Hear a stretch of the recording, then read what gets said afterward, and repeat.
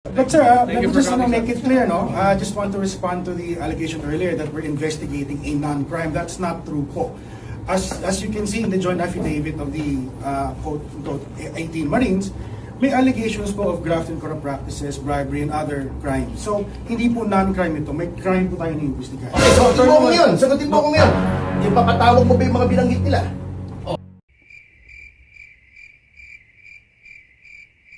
O hindi? O hindi?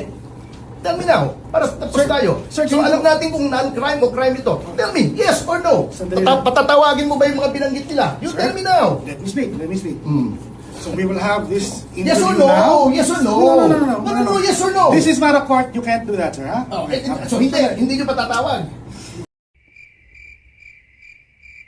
Hindi kasi sinabi niya Let me non-crime. finish, sir. Sinabi niya non-crime. Sinabi mo hindi non-crime. So if you're investigating a crime, ang tinuturo ng mga 18 ay maaring, hindi ko sinasabing guilty, maaring gumawa ng krimen, ipatatawag mo ba? Just tell me, dumaldal ka na ng dumaldal, hanggang gusto mo. Sagutin mo lang ako, oo hindi. Are you about to answer? Okay. Okay. Alright, so we will have an investigation.